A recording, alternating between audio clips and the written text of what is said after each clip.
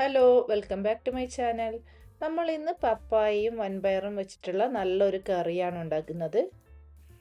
നമ്മൾ ഏകദേശം ഒരു എരിശ്ശേരി ഉണ്ടാക്കുന്നത് പോലെ തന്നെയാണ് ഈ ഒരു കറിയും ഉണ്ടാക്കുന്നത്. അതുകൊണ്ട് വേണമെങ്കിൽ ഇതിന് പപ്പായ വൻപയർ എരിശ്ശേരി എന്നും പറയാം. അതിനായിട്ട് ആദ്യം തന്നെ നമുക്ക് വൻപയർ ഒന്ന് കുതിർത്തെടുക്കാം. അതിനായിട്ട് ഞാനിവിടെ ഏകദേശം 1/4 കപ്പ് വൻപയർ എടുത്തിട്ടുണ്ട്. സാധാരണ രീതിയിൽ വൻപയർ കുതിർന്ന് കിട്ടണമെങ്കിൽ ഏകദേശം ഒരു 3-4 മണിക്കൂറെങ്കിലും എടുക്കും. അപ്പോൾ ഞാൻ അങ്ങനെ വൻപയർ കുതിർക്കാൻ വിട്ടുപോയിരുന്നു. അപ്പോൾ അങ്ങനെ വൻപയറൊക്കെ കുതിർക്കാൻ മറന്നു പോയെങ്കിൽ പെട്ടെന്ന് കുതിർന്ന് കിട്ടാൻ വേണ്ടിയിട്ട് ഒരു എളുപ്പ വഴിയുണ്ട്. ഇതുപോലൊരു കാസറോൾ എടുത്ത് അതിലേക്ക് നമുക്ക് കുതിർക്കേണ്ട വൻപയർ ഇട്ട് കൊടുക്കാം. അതിനുശേഷം നല്ല ചൂടുവെള്ളം ഒഴിച്ചു കൊടുക്കാം. എന്നിട്ടൊരു 20 മിനിറ്റ് നമുക്ക് കാസറോൾ ഇതുപോലെ അങ്ങ് അടച്ചു വയ്ക്കാം. വൻപയർ മാത്രമല്ല, ചെറുപയറും കടലയൊക്കെ എളുപ്പത്തിൽ കുതിർന്ന് കിട്ടാൻ വേണ്ടിയിട്ട് നമുക്കിതുപോലെ ചെയ്യാവുന്നതാണ്. ഇതുപോലുള്ള കിച്ചൺ ടിപ്സും കുക്കിംഗ് ടിപ്സൊക്കെയുള്ള വീഡിയോ ഞാൻ മുമ്പ് ചാനലിൽ അപ്ലോഡ് ചെയ്തിട്ടുണ്ട്. അതിൻ്റെയൊക്കെ ലിങ്ക് ഞാൻ ഡിസ്ക്രിപ്ഷനിൽ കൊടുക്കാം. അപ്പോൾ ഇത് 20 മിനിറ്റ് കഴിഞ്ഞ് നമ്മളിതൊന്ന് തുറന്ന് നോക്കിയിട്ടുണ്ട്. നിങ്ങൾക്കിപ്പോൾ കാണാം വൻപയർ നന്നായിട്ട് കുതിർന്ന് വന്നിട്ടുണ്ട്. അപ്പോൾ ഇനി മുതൽ പയറും കടലയൊക്കെ കുതിർക്കാൻ വിട്ടുപോയാൽ ഇതുപോലെ ചെയ്താൽ മതി. ഇനി നമുക്ക് ഈ വെള്ളമൊക്കെ ഒന്ന് ഊറ്റിക്കളഞ്ഞ് നന്നായിട്ട് ഒന്ന് കഴുകിയെടുക്കാം.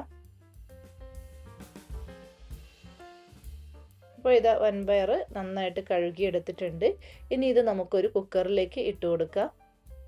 ഇനി ഇതിലേക്ക് ആവശ്യത്തിനുള്ള ഉപ്പും മുങ്ങി നിൽക്കാൻ പാകത്തിന് വെള്ളവും ഒഴിച്ചു കൊടുക്കാം. അതിനുശേഷം കുക്കർ അടച്ചു വെച്ച് ഒരു 2 വിസിൽ അടിക്കുന്നത് വരെ ഒന്ന് കുക്ക് ചെയ്യാം. അപ്പോൾ ഇത് കുക്കർ 2 വിസിൽ അടിച്ച് പ്രഷറൊക്കെ പോയിട്ടുണ്ട്. വൻപയർ ഏകദേശം വെന്ത് കിട്ടിയിട്ടുണ്ട്. ഇനി ഇതിലേക്ക് ചേർത്ത് കൊടുക്കാൻ ആവശ്യമായ പപ്പായ നമ്മൾ തൊലിയൊക്കെ കളഞ്ഞ് ക്ലീൻ ചെയ്ത് ഈ ഒരു സൈസിൽ കട്ട് ചെയ്തെടുത്തിട്ടുണ്ട്. ഒരു മീഡിയം സൈസ് പപ്പായയാണ് ഞാൻ എടുത്തിട്ടുള്ളത്. ഇതുപോലെ കട്ട് ചെയ്തെടുത്തതിന് ശേഷം പപ്പായ നന്നായിട്ട് കഴുകി എടുത്തിട്ടുണ്ട്. ഇനി നമുക്ക് പപ്പായ ഈ ഒരു വൻപയറിൻ്റെ കൂടെ കുക്കറിലേക്ക് ചേർത്ത് കൊടുക്കാം. ഇനി ആദ്യം തന്നെ ഇതിലേക്ക് ആവശ്യമായ ഉപ്പ് നമുക്ക് ചേർത്ത് കൊടുക്കാം. വൻപയർ നമ്മൾ ഓൾറെഡി ഉപ്പ് ചേർത്ത് കൊടുത്തിട്ടുണ്ട്. അപ്പോൾ അതിനനുസരിച്ചിട്ട് മാത്രമേ നമ്മൾ വീണ്ടും ഉപ്പ് ചേർത്ത് കൊടുക്കാൻ പാടുള്ളൂ. ഇനി ഇതിലേക്ക് ഒരു 1/4 ടീസ്പൂൺ മഞ്ഞൾപ്പൊടിയും 1/2 ടീസ്പൂൺ മുളക് പൊടിയും ചേർത്ത് കൊടുക്കുന്നുണ്ട്. എന്നിട്ട് ഒരു 1/2 കപ്പ് വെള്ളവും ചേർത്ത് കൊടുത്ത് നമുക്കിതൊന്ന് വേവിച്ചെടുക്കാം. ഒരുപാട് വെള്ളമൊന്നും ഒഴിച്ചു കൊടുക്കണ്ട, കുറച്ച് മാത്രം വെള്ളം ഒഴിച്ചു കൊടുത്താൽ മതി. കാരണം ഈ ഒരു കറി കുറച്ച് തിക്കായിട്ടാണ് ഉണ്ടാകുക. ഇനി ഇത് അടച്ചു വെച്ച് കൂടിയ തീയിൽ ഒരു വിസിലടിക്കുന്നത് വരെ കുക്ക് ചെയ്യാം. ഈ ഒരു സമയം കൊണ്ട് നമുക്കിതിലേക്ക് വേണ്ട ഒരു അരപ്പ് റെഡിയാക്കാം. അതിനായിട്ട് 1/2 കപ്പ് തേങ്ങ ചിരകിയത് എടുത്തിട്ടുണ്ട്. ഇതിലേക്ക് ഒരു 1/4 ടീസ്പൂൺ ജീരകം ചേർത്ത് കൊടുക്കുന്നുണ്ട്. എന്നിട്ട് ഇതൊന്ന് തരുതരുപ്പായിട്ട് അരച്ചെടുക്കാം.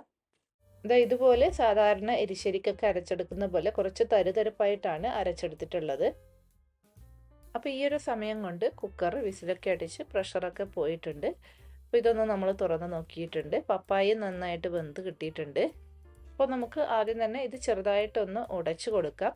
പപ്പായ മുഴുവനായിട്ട് ഉടച്ചു കൊടുക്കണ്ട, കുറച്ച് പപ്പായ മാത്രം ഒന്ന് ഇതുപോലെ ഉടച്ചു കൊടുത്താൽ മതി.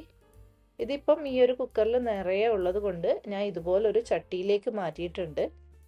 ഇനി ഇതിലേക്ക് നമുക്ക് നമ്മൾ അരച്ചു വെച്ചിരിക്കുന്ന അരപ്പ് ചേർത്ത് കൊടുക്കാം.